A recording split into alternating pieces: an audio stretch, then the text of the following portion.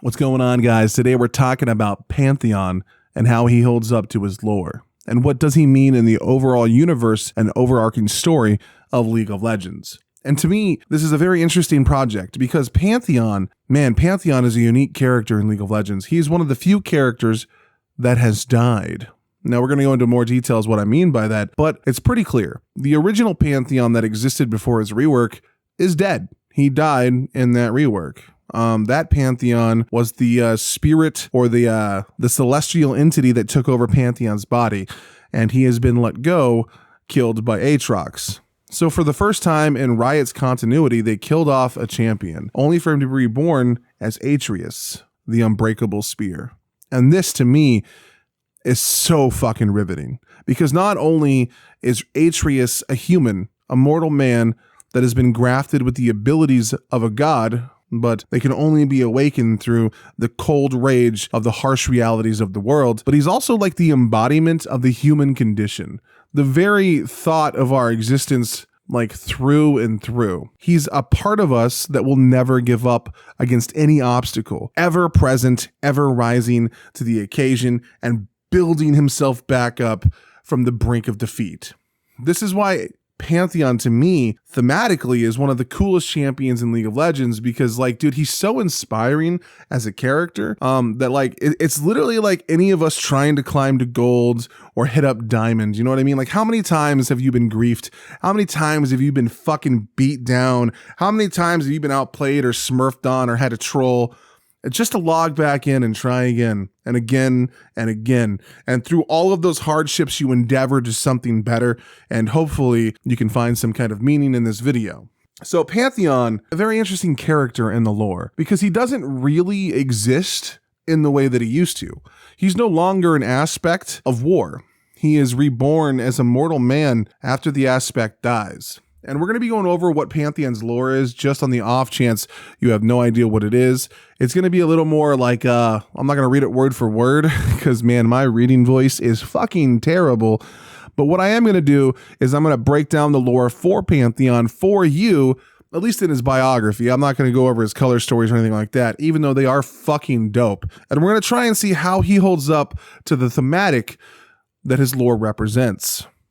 Atrius was born a Rakor, just shy of the foothills of Mount Targon. Atrius wanted nothing more than to join the Rakor's military coup, the Ra-Harak. Atrius was never the strongest. He was never the fastest. In fact, oftentimes he failed. In fact, he doesn't have many wins under his belt at all. But he was known to be a resilient person. No matter how bad he had been beaten, bloodied and bruised, no matter how many times he had lost, somehow he always found the strength and the courage to stand back up. This pleased yet another warrior trying to become an elite member of the Ra-Harak, one of the best, the Rakor's finest, they would say. His name was Pylus. Pylus respected Atrius for his indomitable spirit and his unwavering conviction. After defeat, they became brothers, and they swore brotherhood to one another. Later in life, barbarian tribes started to attack the Ra-Harak and posed a threat to the Rakor. The aspect of sunlight couldn't be bothered, so bringing news to the Ra-Harak, Pylus decided to climb the mountain to gain the power of an aspect to defend his people. Both Pylus and Atrius decided to take that journey underway. No one cared that Atrius was going. He wasn't expected to survive. But Pylus, he was the might of his people. He, of course, would come back a mighty aspect. Neither of them were prepared for the trials and tribulation that would be ahead of them. Climbing the mountain is no easy task, or else many people would do it. After the bloodshed, the tears, the damage, they managed to make it to the peak of Targon together as brothers. And before Targon could offer their blessings and graces, Pylus died, giving his last breath, sitting atop the mountain alone. Atrius is now presented before him, the god of war. But the god of war had no desire to help such a feeble person, someone who has known only defeat throughout the various years of his life, unworthy of the aspect's power, unworthy to have climbed the mountain. The aspect looked at Atrius with disgust and took his body for his own. Pantheon then was born. He descended the mountain in an instant, and everyone's shock and dismay that Pylus unfortunately did not make it. However, Pantheon had no goal of helping the people of Rakor or the Raharak. He had a mission to accomplish. He had a goal at mind, to hunt down the Darkin. Atrius, locked away in his own body, hidden in a corner of his own mind, had to play victim to what Pantheon wanted to do. Pantheon was here to seek out the World Ender, the God Slayer, Atrius. A random amount of time passes until Pantheon finally finds Atrius. They have an epic battle that cuts the sky apart and slices into the heavens. Somehow the impossible happened, and the Celestial taking over Pantheon's body, or Atrius's body, was slain, impaled by the God Slayer's weapon. A massive darkened greatsword pierced Pantheon's chest, killing the celestial being. The constellation of war fell from the sky, and all that stood before Atrius was but a man impaled upon his weapon, another thing to be discarded. But Atrius awoke as the god faded, burning with rage from the fact that his body had been taken and ultimately about to be discarded. Atrius swore that someday he would slay Atrius,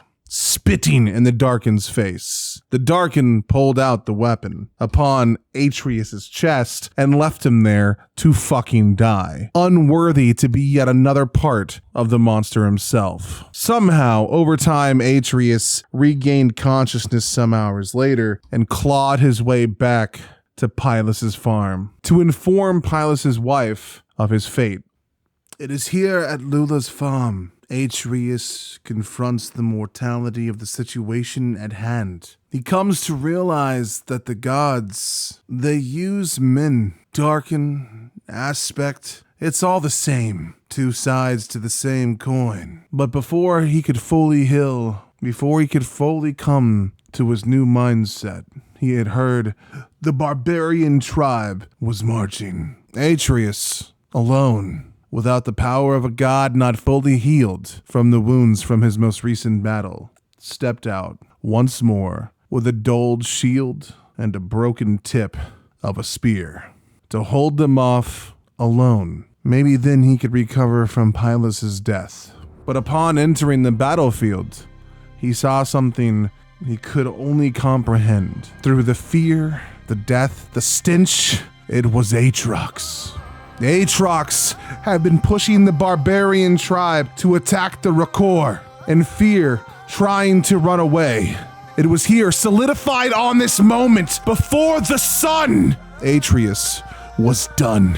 Mankind will not suffer to darken an aspect alike. Men will wage their war, burning bright with the power of a god. Atrius leaped, a clash that could be heard in the heavens, to the very peak of Targon. Before Atrius was a man he thought to be discarded, nothing more than a feeble creature.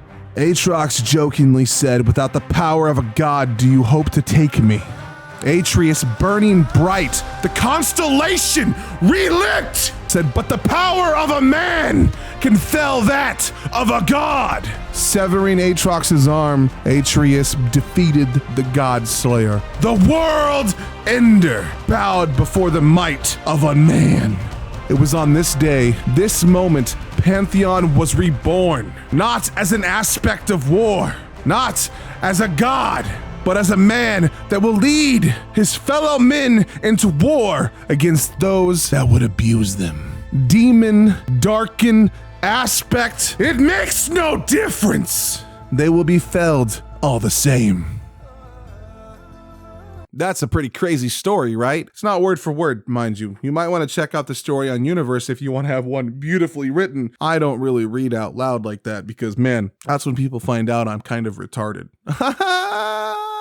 Anyway, moving on. So let's talk about something a little controversial. Do I think Pantheon fits this story in game? No, not at all. It's a really good story. I really like it. Pantheon is one of my favorite characters. He's fun to play. He's got some of the best voice acting in all of League of Legends, probably only tied with Mordekaiser and Atrius, and obviously Nasus.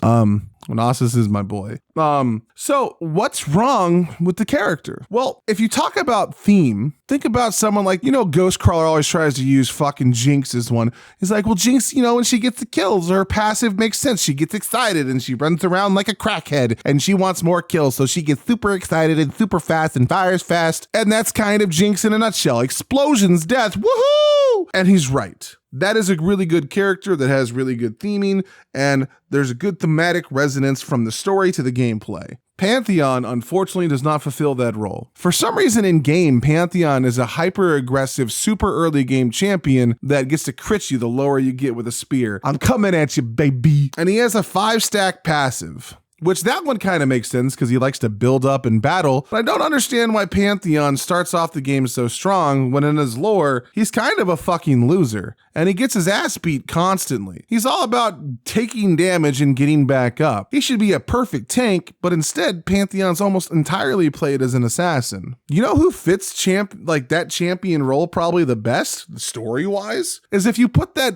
fucking lore on Set. Yeah, Set's all about, yo, baby, come fucking smack me around. I like a little abuse. And then he hits you with the one paw W that comes in and one-shots your enemy ADC because it did 2,200 damage, and fuck this champion. But at least that fits the motif of what's going on. You don't really see that with Pantheon. Pantheon is an early game assassin that has massive burst damage, and if you play him in any other way or situation, he falls off so fucking quick that, my God, it's like a fucking date night in prom. That boy thinks he's about to get lucky because he's a virgin, but he's gonna get that 1-2 pump chump and fall fucking flat and be the worst memory that girl's ever gonna keep.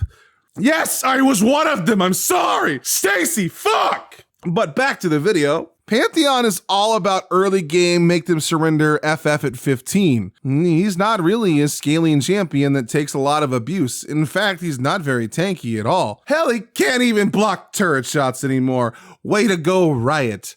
I guess my point that I'm trying to make is that if you're going to have lore, the lore should inform the character first and foremost. Now, granted, Pantheon is a character that suffers from an entirely different issue. He suffers from being a reworked champion, which means he has to hold a certain amount of fucking players over with the rework.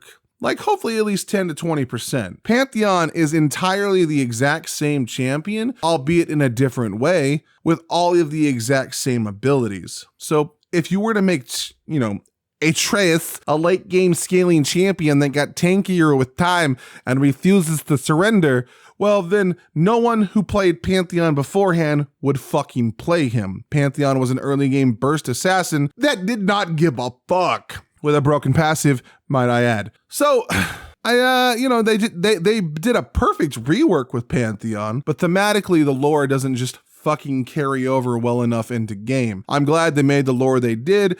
I just wish the champion fit that lore versus just being super fun to play. So I guess in conclusion, what are we talking about today?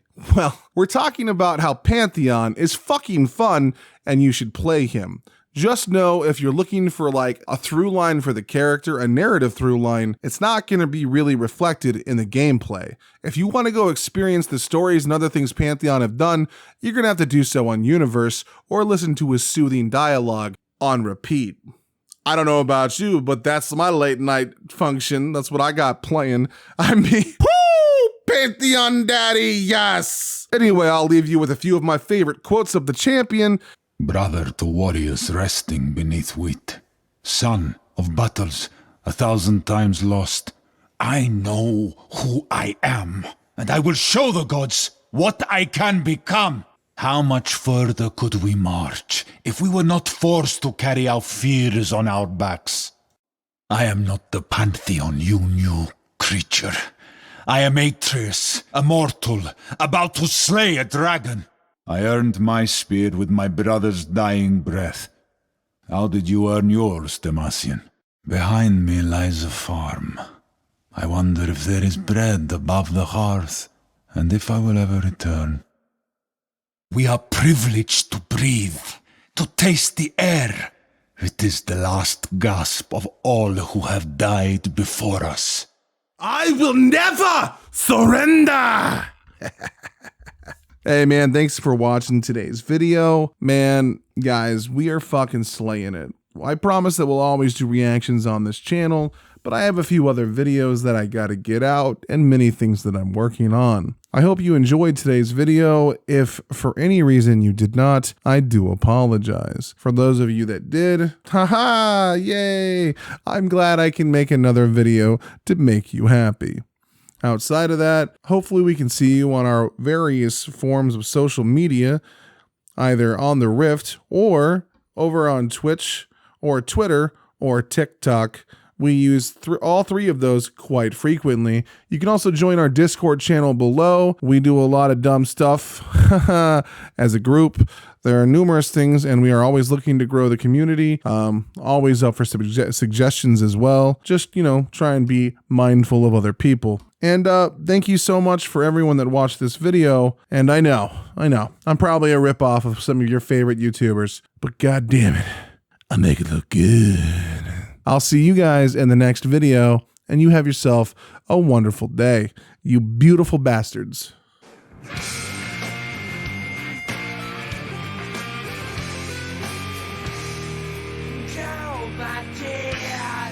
Parents think I'm queer. Had an eye in the clear.